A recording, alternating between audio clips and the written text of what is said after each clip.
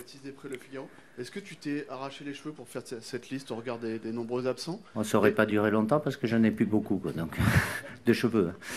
Non, non, non, non. À chaque fois, il y a des plus ou moins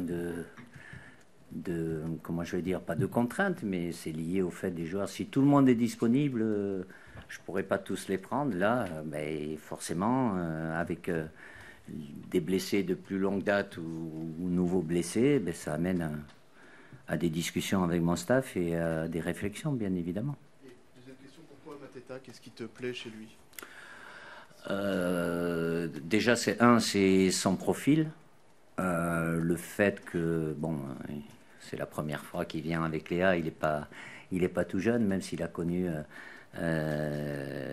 quasiment toutes les sélections de jeunes, ou partout où il est, il a une capacité à marquer des buts.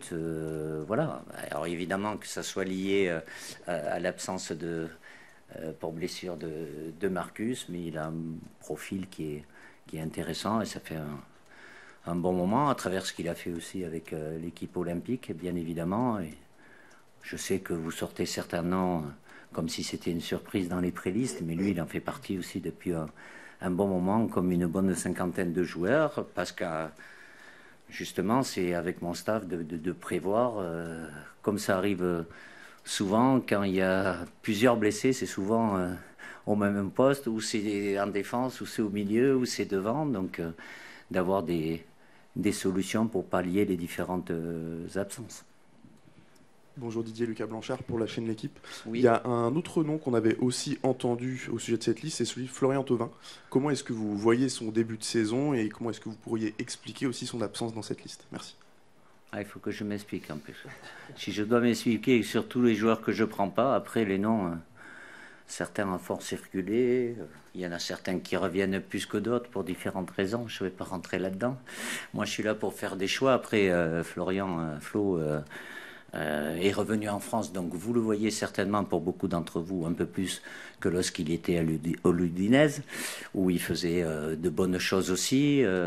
Évidemment, il était avec nous et ça remonte un petit peu, tant mieux qu'il fasse ce début de saison. Après, dans ma réflexion aussi, il y a du temps qui s'est écoulé, qui fasse partie, et là tout le monde le sait, je le répète, qu'il est présélectionné, et pas forcément tous les autres qui sont avec, qui puissent être amenés à faire partie de cette équipe de France, oui, autrement je ne me mettrai pas dans la présélection, mais voilà, je crois que sa dernière sélection c'était en 2019, en 2025, il est toujours évidemment sélectionnable et possiblement sélectionné, mais de par tout ce qui s'est passé depuis, le fait d'avoir ouvert la porte, ce qui me semble normal à chaque fois, à des joueurs plus jeunes, laisser aussi, dans la mesure du possible, plus de temps à ces joueurs-là, avant, je l'espère, d'avoir des décisions plus importantes quand il y a des compétitions. Donc, à lui de tout faire avec son club. Et puis, après, j'aurai à choisir. Bonjour Didier, Emmanuel Baranguet pour l'agence France Presse. Est-ce que tu peux nous parler aussi du retour de Christopher Nkunku, s'il te plaît, qui est un habitué du groupe, mais qui, pour l'instant, a peu joué avec Milan, même s'il a mis un très beau but? Ça fait beaucoup de... Oui, Christopher, comme certains joueurs, n'ont pas été épargnés par des blessures à plusieurs moments. Après, il a un potentiel qui est très intéressant aussi. Le temps de jeu de par son changement de club aussi, comme d'autres d'ailleurs. Mais c'est là aussi, et j'ai toujours été amené à le faire quand...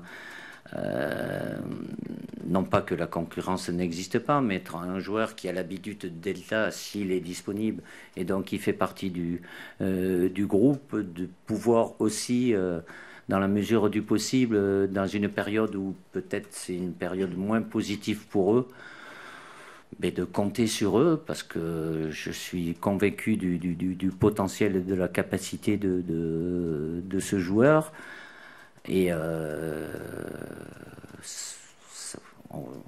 on a parlé un peu de l'aspect négatif à un moment du fait que les joueurs peuvent se blesser lorsqu'ils viennent en équipe nationale, mais il y en a beaucoup aussi qui arrivent, on pourra en faire une liste, pas dans le meilleur état ni psychologique ni de temps de jeu, et que la sélection leur permette après d'avoir un peu plus le sourire en club. Donc il a un temps de jeu qui est limité pour le moment, qui est dû évidemment surtout à son changement de club. Mais après, sur ses qualités, son potentiel, je le répète, j'ai confiance en lui, comme ça peut être le cas d'autres joueurs, comme Kama, par exemple, qui a un temps de jeu aujourd'hui. Il n'est pas dans la période la plus heureuse avec le Real Madrid, mais c'est un joueur qui est là depuis 2020, qui a toujours été là avec nous.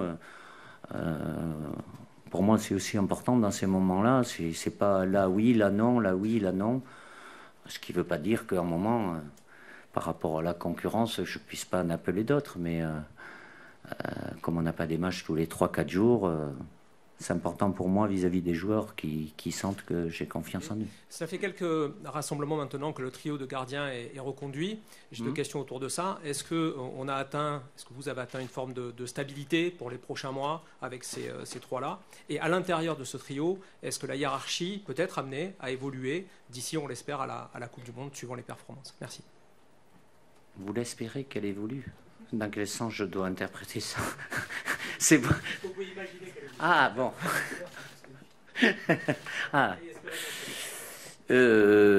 À partir du moment où les trois là sont performants, maintiennent leur niveau, même si Alphonse, qui n'est pas appelé sur le dernier rassemblement, et bon, de par sa situation aussi, où il était deuxième, même si là il est repassé premier, à partir du moment, c'est pas avoir une tranquillité, c'est qu'ils sont habitués à être là. S'ils continuent à être performants, ils continueront d'être appelés sur la hiérarchie d'aujourd'hui. Et voilà, aujourd'hui vous la connaissez.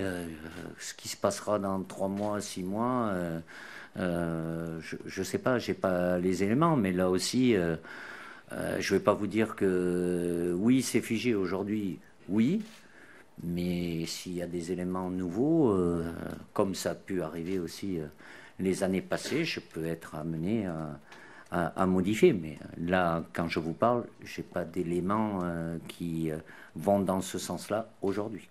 Bonjour Didier. Tom Monégier pour Opta Stats Perform. Concernant le milieu de terrain, il y a un absent, Corentin Tolisso, qui n'a toujours pas été appelé. Est-ce qu'il est rentré dans votre réflexion pour ce rassemblement? Et est-ce que s'il continue à performer, il peut faire son grand retour en équipe de France? Merci. J'ai plus ou moins répondu lorsque je parlais de Florian Thauvin. Il fait partie évidemment des présélectionnés, donc qui peut être amené. Il fait de bonnes choses, très bonnes choses à Lyon. Lui aussi, après avoir enchaîné des années compliquées avec les blessures, même si il évolue dans un registre un peu différent à Lyon, déjà en début de saison, encore plus. Non, la saison dernière et même cette saison. Oui, qu'il a fait partie de la génération victorieuse aussi, j'oublie pas, mais je vois ça plus dans un avenir, je l'espère, un peu plus lointain. Il y en a peut-être un ou une qui va me poser la question par rapport à NJ aussi, qui est toujours performant, qui joue, mais à partir du moment où je fais certains choix sur des jeunes qui ont moins d'expérience et qui ont besoin de temps de jeu, je préfère prendre cette option-là, mais à partir du moment, je le répète, où ils font partie des prélistes, c'est que je peux être amené à les appeler et être de nouveau sélectionné. Bonjour Didier, sur votre gauche au fond, oui. Guillaume Trouillet, Beansport. Une petite question concernant Théo Hernandez. Est-ce que vous échangez avec lui depuis son arrivée tous les jours au championnat? Qu'est-ce que vous avez pu voir de son début de saison et voilà, quelles sont ses données physiques, mentales, comment il évolue si vous échangez avec lui? Merci. Ça veut dire que vous n'avez pas dû regarder beaucoup de ces matchs. C'est vous l'expert. Hein? C'est vous l'expert. Ah, ça vous arrange de dire ça. Ben, évidemment, je suis ces matchs.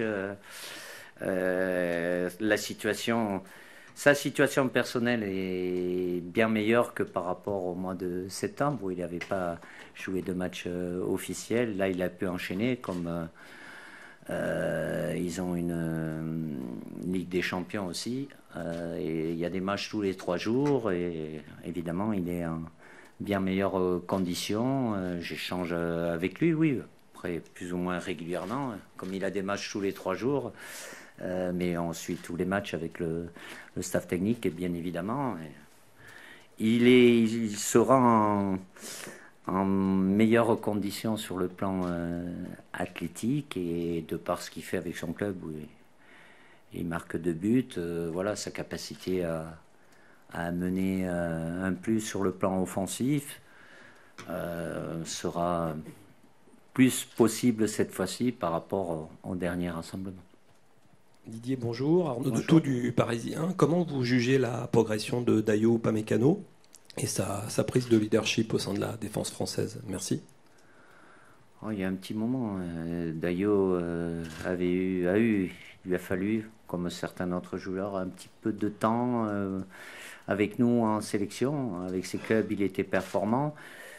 Mais ça demandait un petit peu de temps, surtout par rapport au ressenti émotionnel. Aujourd'hui, il dégage beaucoup de sérénité, de tranquillité. C'est un très bon footballeur et c'est un joueur, un défenseur qui aime bien les duels. Et il arrive à mieux gérer certaines situations où il mettait un peu trop d'agressivité, mais il est serein, tranquille, plein de confiance. Il dégage beaucoup de force, de sérénité. Donc, et c'est pas en regardant les matchs où il n'est pas là avec l'équipe nationale. En général, quand il est là, ça se passe plutôt bien, voire très bien. Donc, évidemment que depuis ses débuts et aujourd'hui, et il le confirme avec son club, le Bayern de Munich, il fait partie des tout meilleurs défenseurs au niveau mondial. Baptiste Després, Le Figaro. Kylian est assez irrésistible en ce moment avec le Real Madrid depuis le début de saison. Tu disais en septembre qu'il était hors norme. Est-ce que tu estimes qu'il a élargi sa palette au poste de numéro 9 et dans quel domaine il peut encore faire mieux? Déjà, on me pose plus la question, mais c'est pas un numéro 9. Est-ce qu'il va jouer à gauche, à droite? Non, Kylian, c'est un attaquant axial. La palette, tout dépend les systèmes. Voilà, au-delà avec nous, il a une liberté comme la plupart des attaquants. Forcément, quand on est dans l'axe, on en a un peu plus que quand on est sur un côté. Et surtout, on a moins de contraintes défensives, même si il est concerné aussi. Mais ce qui change, c'est le fait voilà, il a des jambes de feu, ça se voit. Il est en confiance, dans sa tête tout va bien aussi. Même quand c'était moins bien, ça ne l'a pas empêché de toujours marquer des buts. Mais là, bon, il dégage beaucoup de puissance, de vitesse. Donc il faisait toujours des différences. Là, il en fait encore plus, tout en gardant une efficacité qui est toujours hors norme, bien évidemment. Donc tant mieux, il est totalement investi avec nous. Il assume totalement et très bien son rôle de capitaine et sa responsabilité vis-à-vis du groupe. Donc, tout va bien. Une question sur Paul Pogba, qui devrait peut-être reprendre le football. Qui devrait, avec le conditionnel. C'est important le conditionnel. Oui, il se rapproche du moment où il va redevenir un acteur du football. Ça sera une étape importante pour lui. Et tu crois à un retour en équipe de France? Je crois. Ça dépendra de lui. Que lui, il en ait envie et que ça soit un objectif dans sa tête, j'ai aucun doute. Il a des étapes à franchir. La prochaine, après ces longues semaines de travail à part, de préparation, mais ça sera le moment où il aura le maillot de l'AS Monaco, il mettra le pied sur le terrain. J'espère le plus tôt possible et que tout se passe bien pour lui. Et puis, après, on verra. Lui, il en a envie, que ça soit possible. Si je vous dis oui, retour de Pogba. Si je dis non, je vais passer pour un CON.